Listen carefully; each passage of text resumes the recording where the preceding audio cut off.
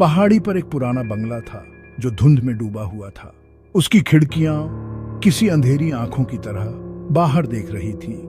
उसकी दीवारों पर दरारें थीं और उन पर पौधे छरे हुए थे जो हवा में कोई राज की बातें कर रहे थे। एक छोटी बच्ची लिली डर के मारे कांपते हुए अंदर खड़ी थी। मैं पास के जंगल में घूम रही थी कि अचानक मेरी नजर इस बंगले पर पड़ी। इसकी खामोशी ने मुझे अपनी ओर खींच लिया, मानो कोई एडवेंचर का वादा कर रहा हो। अब मैं इसके अंदर फंस गई हूँ और बस यही चाहती हूँ कि काश मैं उस रास्ते पर कभी गई ही नहीं होती। हवा का हर झोंका जो खिड़कियों से टकराता था वो किसी भूत के रोने जैसा लग रहा था। लिली ने अपने घुटनों को अपनी छाती से लगा लिया। उसका छोटा सा शरीर डर से कांप रहा था। वह अपने घर की गर्माहट, अपनी दादी माँ की प्यारी आवाज के लिए तरस रही थी। लेकिन उसके अंदर आते ही बड़ा सा दरवाजा बंद हो गया था और अब वह बंगले की ठंडी कैद में फंस गई थी। लिली की सांसें तेज होने लगीं, उसका गला सूख रहा था। वह एक कमरे से दूसरे कमरे में भागी। हर कमरा उतना ही वीरान और खाली था जितना पिछला।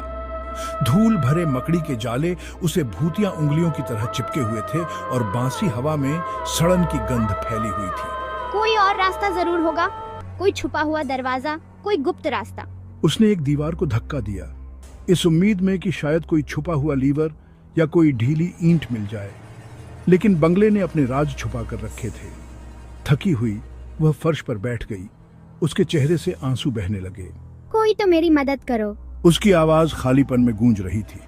कमरे में ठंडी हवा का एक झोंका आया जिससे उसकी रीढ़ की हड्डी में कंपपी दौड़ गई। उसके पीछे के बाल अचानक खड़े हो गए। वह अकेली नहीं थी। धीरे धीरे उसने अपना सिर घुमाया। उसका दिल जोर जोर से धड़क रहा था। अंगीठी के पास एक झिलमिलाता हुआ साया मंडरा रहा था। अंधेरे में उसका रूप साफ नहीं दिखाई दे रहा था। वह न तो पुरुष था, न ही महिला, न जवान, न बूढ़ा, बल्कि कुछ प्राचीन और रहस्यमय था। लिली की सांस उसके गले में फंस गई। उसकी आंखें दहशत से फैल गईं। तुम कौन हो? उसने फुसफुसाते हुए कहा। उसकी आवाज कांप रही थी। वह साया करीब आ गया। उसका रूप अब एक जवान औरत में बदल गया जिसकी आंखें बहुत उदास थीं। ये मेरा घर है, तुम यहाँ से नहीं जा सकती। लिली के पेट में डर समा गया। यह कोई मामूली बंगला नहीं था, यह तो एक आत्मा द्वारा संरक्षित जेल थी। लेकिन मुझे घर जाना है, प्लीज मुझे जाने दो। भूत ने धीरे से अपना सिर हिलाया। उसकी उदास आंखें लिली से हटी नहीं।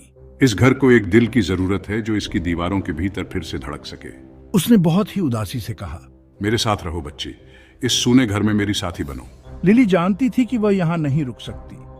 यह भूतिया औरत, चाहे उसकी कहानी कितनी भी दुखद क्यों न हो, उसे कैद करके रखना चाहती थी। उसे मजबूत बनना होगा, इस आत्मा को चकमा देना होगा। मैं यहाँ नहीं रुक सकती, मुझे यहाँ से निकलने का रास्ता खोजना होगा। तभी लिली की नजर धूल से सने फर्नीचर के नीचे एक चमकती हुई चीज पर पड़ी। एक चाबी। नए उत्साह के साथ लिली ने चाबी की ओर छलांग लगाई। कमरा ठंडा हो गया और भूतिया साया निराशा में चीख उठा। लिली चाबी को कसकर पकड़े हुए पीछे हट गई। वह भागकर उस भारी दरवाजे की ओर दौड़ी जो अब उसकी आजादी का एकमात्र रास्ता था। भूत, जिसका रूप अब धुंधला और अस्पष्ट होता जा रहा था, लिली की ओर बढ़ा। उसकी आवाज एक दर्द भरी चीख में बदल गई। लेकिन लिली बहुत तेज थी। उसने चाबी ताले में डाली और घुमाई। पुराना ताला पहले तो अड़ा, लेकिन फिर खुल गया। उसने जोर से दरवाजा खोला और ठंडी सुबह की हवा में बाहर निकल गई। जैसे ही वह भागी, सूरज की पहली किरणें धुंध से होती हुई बंगले पर पड़ी और उसे एक सुनहरी रोशनी में नहला दिया। पीछे मुड़कर देखा तो उसने आखिरी बार उस भूतिया साये को देखा जो अब धीरे धीरे सूरज की रोशनी में गायब हो रहा था। बंगला, जो पहले इतना डरावना लग रहा था, अब शांत लग रहा था। मैं पीछे मुड़कर नहीं देखूंगी, मुझे आगे बढ़ते रहना है। लिली ने फिर कभी पीछे मुड़कर नहीं देखा। वह उस रास्ते की ओर दौड़ी जो उसे जाना पहचाना था। उसके चेहरे पर उगते सूरज की गर्माहट थी और उसके मन में उस भूतिया बंगले और उस उदास भूत की यादें थीं। लेकिन उसे ये भी पता था कि डर के साये में भी हिम्मत और उम्मीद घर का रास्ता दिखा सकते हैं।